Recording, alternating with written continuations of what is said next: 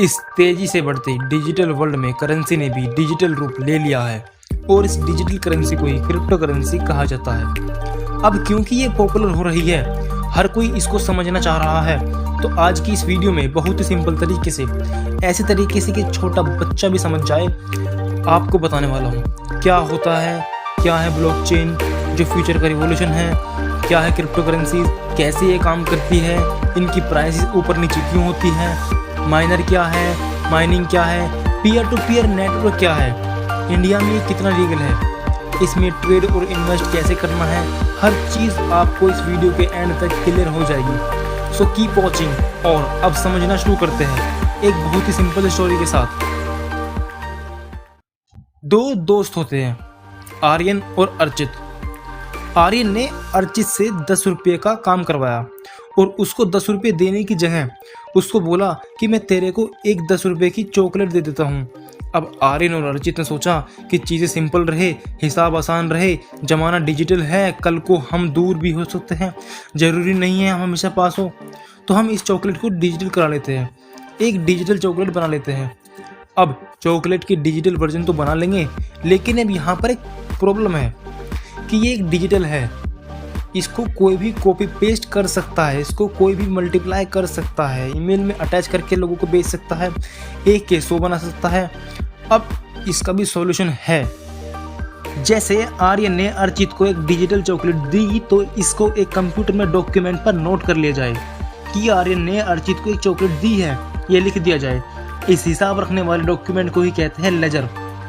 अब ये जो लेजर है, कोई एक जना मेंटेन कर रहा है और वो चाहे तो गड़बड़ कर सकता है, वो चाहे तो 1 का 10 लिख सकता है, वो कुछ भी कर सकता है।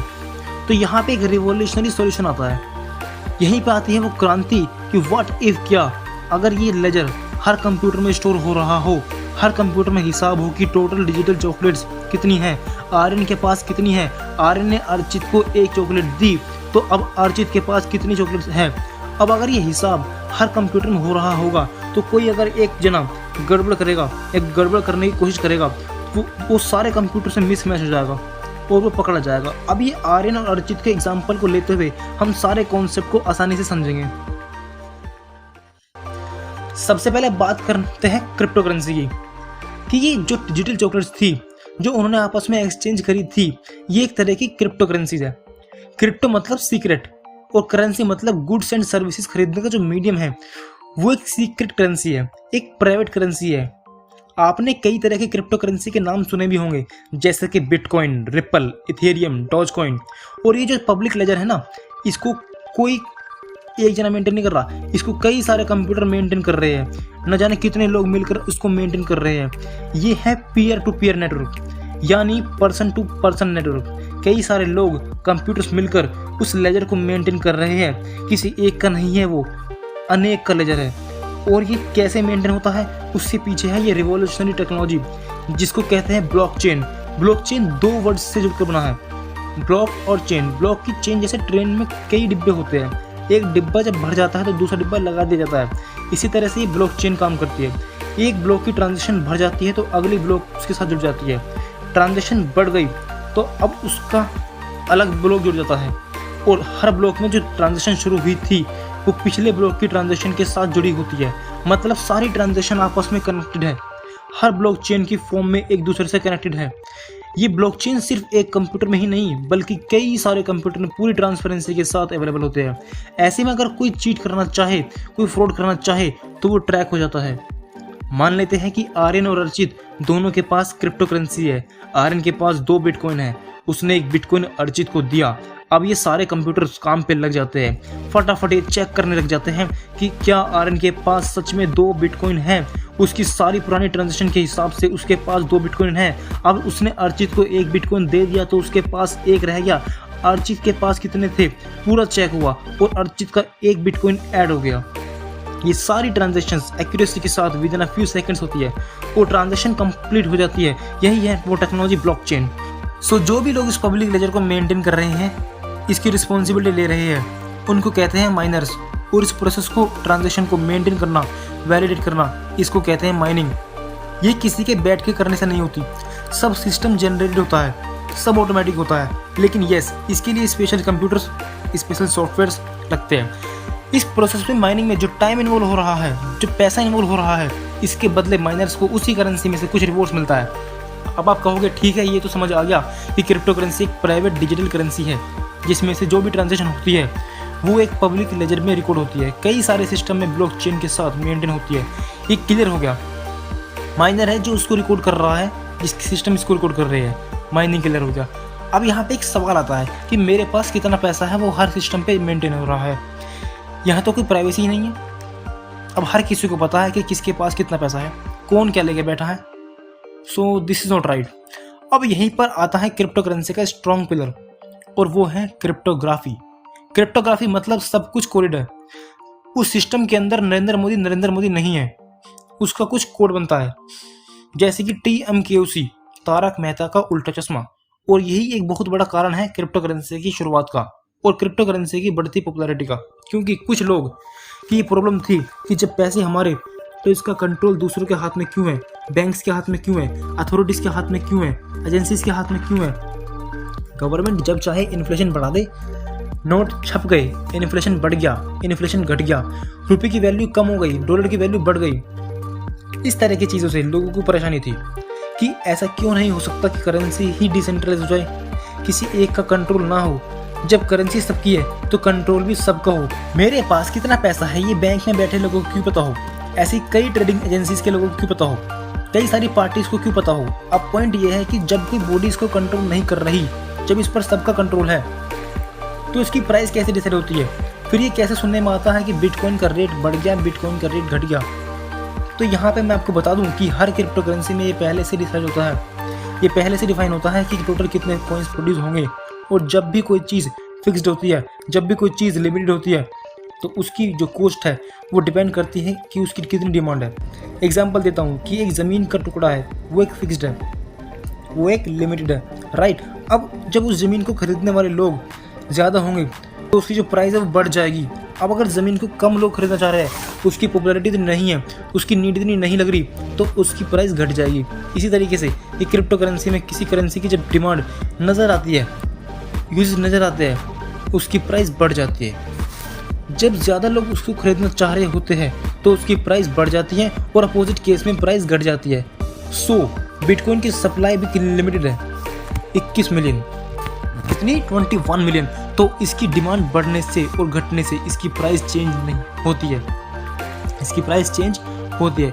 2010 में बिटकॉइन था 20 रुपीज़ के आसपास, ये अब बीच में चला गया था 44 to 45 लाख रुपीज़ का। आज की डेट में ये अप्रॉक्सीमेटली 30 लाख रुपीज़ के आसपास है। मतलब अगर किसी ने बिटकॉइन में 2010 में 100 रुपये लगाए होते तो आज उसके पास 1.5 करोड़ रुपये होते। क्रिप्टो करेंसी के प्राइसेस इस चीज़ पे डिपेंड करते हैं कि न्यूज़ क्या है, कंपनीज क्या प्लान कर रही है, इन्वेस्टर्स क्या प्लान कर रहे हैं। जैसे एलोन मस्क ने कहा था मार्च में कि टेस्ला बिटकॉइन एक्सेप्ट करना शुरू कर देगी। लोगों ने कहा भाई बिटकॉइन की डिमांड और बढ़ने वाली है, लोगों ने बिटकॉइन खरीदने शुरू कर दिए, बिटकॉइन का रेट बढ़ गया, बिटकॉइन का रेट बढ़ना शुरू हो गया। और मई में मस्क भाई साहब कहते हैं कि टेस्ला बिटकॉइन एक्सेप्ट नहीं करेगी। और इसके बाद बिटकॉइन जो एलोन मस्क के ऐलान से पहले $60,000 पे था, वो पहुंच गया $30,000। 30,000। इसको ही कहते हैं मस्क डिप। फायदे की बात करें तो एक फायदा यह भी है कि डिसेंट्रलाइज है। कोई एक कंट्री, कोई एक गवर्नमेंट अलग अलग पावर इसको कंट्रोल नहीं कर रही, इंडिविजुअल्स इसको कंट्रोल नहीं कर रहे, ये सबके साथ है, सबके लिए है, सबके थ्रू कंट्रोल है। इसमें लोगों की ये बेनिफिट्स बहुत बड़ा नजर आता है कि गवर्नमेंट के डिसीजन की वजह से, दो कंट्रीज के डिसीजन की वजह से, इन फ्लक्चुएशन की वजह से उनका पैसा अफेक्ट नहीं हो रहा, उनकी फाइनेंशियल कैपेबिलिटीज इफेक्ट नहीं हो रही।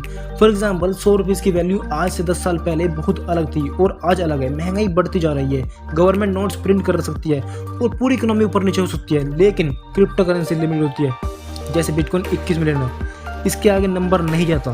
तो ऐसा नहीं है कि किसी ने कॉइन और प्रोड्यूस कर दिए और इकोनॉमी हिला दी। सेफ्टी की बात करें तो बहुत से लोगों का मानना है कि ब्लॉकचेन टेक्नोलॉजी यूज हो रही है, इसलिए ये बहुत रिलायबल है। इनफैक्ट ब्लॉकचेन सिर्फ करेंसीज में ही नहीं आने वाला, आने वाले टाइम में एजुकेशन में, हेल्थ सेक्टर में, डेटा मैनेजमेंट सेक्टर में, कई सारे एरियाज में ब्लॉकचेन टेक्नोलॉजी का यूज होगा।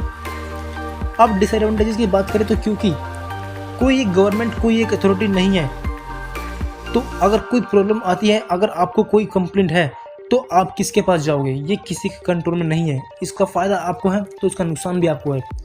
और क्योंकि ये सीक्रेट करेंसी है तो एक नुकसान इसका यह भी है कि अनएथिकल कामों में लोग इससे पेमेंट कर सकते हैं। अनएथिकल कामों में इससे लोग पेमेंट करेंगे या कर सकते हैं, जो भी कुछ है। और थर्ड, ये माइनिंग का जो प्रोसेस है ये इको फ्रेंडली नहीं है। इसमें बहुत ज़्यादा पावर यूज़ होती है, बहुत ज़्यादा इलेक्ट्रिसिटी यूज़ होती है, मतलब रिसोर्सेज यूज़ होते हैं।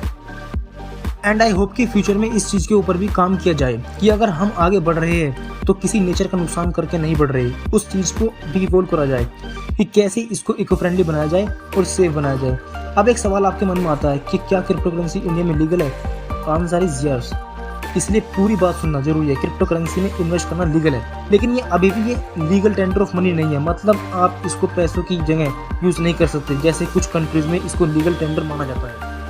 क्रिप्टो करेंसी से खरीद सकते हो, बेच सकते हो, कुछ भी ले सकते हो। सो इंडिया में अगर आप चाहो कि इंडियन रुपये की जगह बिटकॉइन दे दो, डॉज कॉइन दे दो, तो यह भी अलाउड नहीं है। हाँ, बट क्रिप्टो में इन्वेस्ट करना, होल्ड करना और ट्रेड करना इंडिया में 100% लीगल है।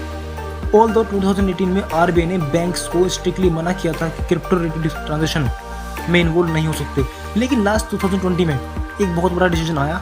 यहाँ सुप्रीम कोर्ट ने आरबीआई को इंस्ट्रक्शन दिए कि ये बैन हटा दिया जाए, जिसके बाद बहुत सारे लोगों ने क्रिप्टो करेंसी में इन्वेस्ट करना शुरू कर दिया। अब अगर आप में से कई क्रिप्टो करेंसी में इन्वेस्ट करना चाहते हैं, अपने पोर्टफोलियो को डाइवर्सिफाई करना चाहते हैं या इसको एक्सपीरियंस करना चाहते हैं, तो क्या करें? तो यहाँ पे एक सिंपल और सेफ सोल्यूशन है, CoinDCX iGo ऐप। मैंने अभी बताया था कि 2020 में सुप्रीम कोर्ट ने इंडियन बैंक्स को क्रिप्टो करेंसी में ट्रेड और इन्वेस्ट करने की एक्सेप्टेंस दे दी थी। अब उस टाइम पे CoinDCX पहली ऐप थी जिसने 6 घंटे के अंदर बैंक्स के साथ कोलैबोरेशन शुरू कर दिया था। और CoinDCX का एक सिंपल वर्जन है CoinDCX Go, जो इंडियन मार्केट में बिगिनर के लिए परफेक्ट है। ये ऐप मैं आपको साथ इसलिए शेयर कर रहा हूँ क्योंकि इसमें आपसे कोई भी ट्रांजैक्शन फीस नहीं ली जाएगी।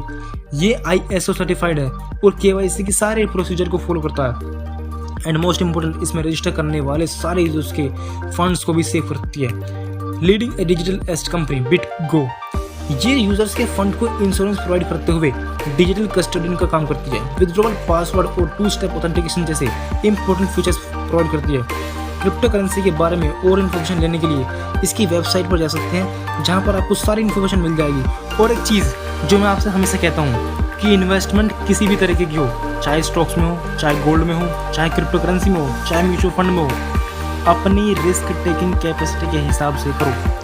अपनी रिस्क टेकिंग कैपेसिटी के हिसाब से करो। Thank you.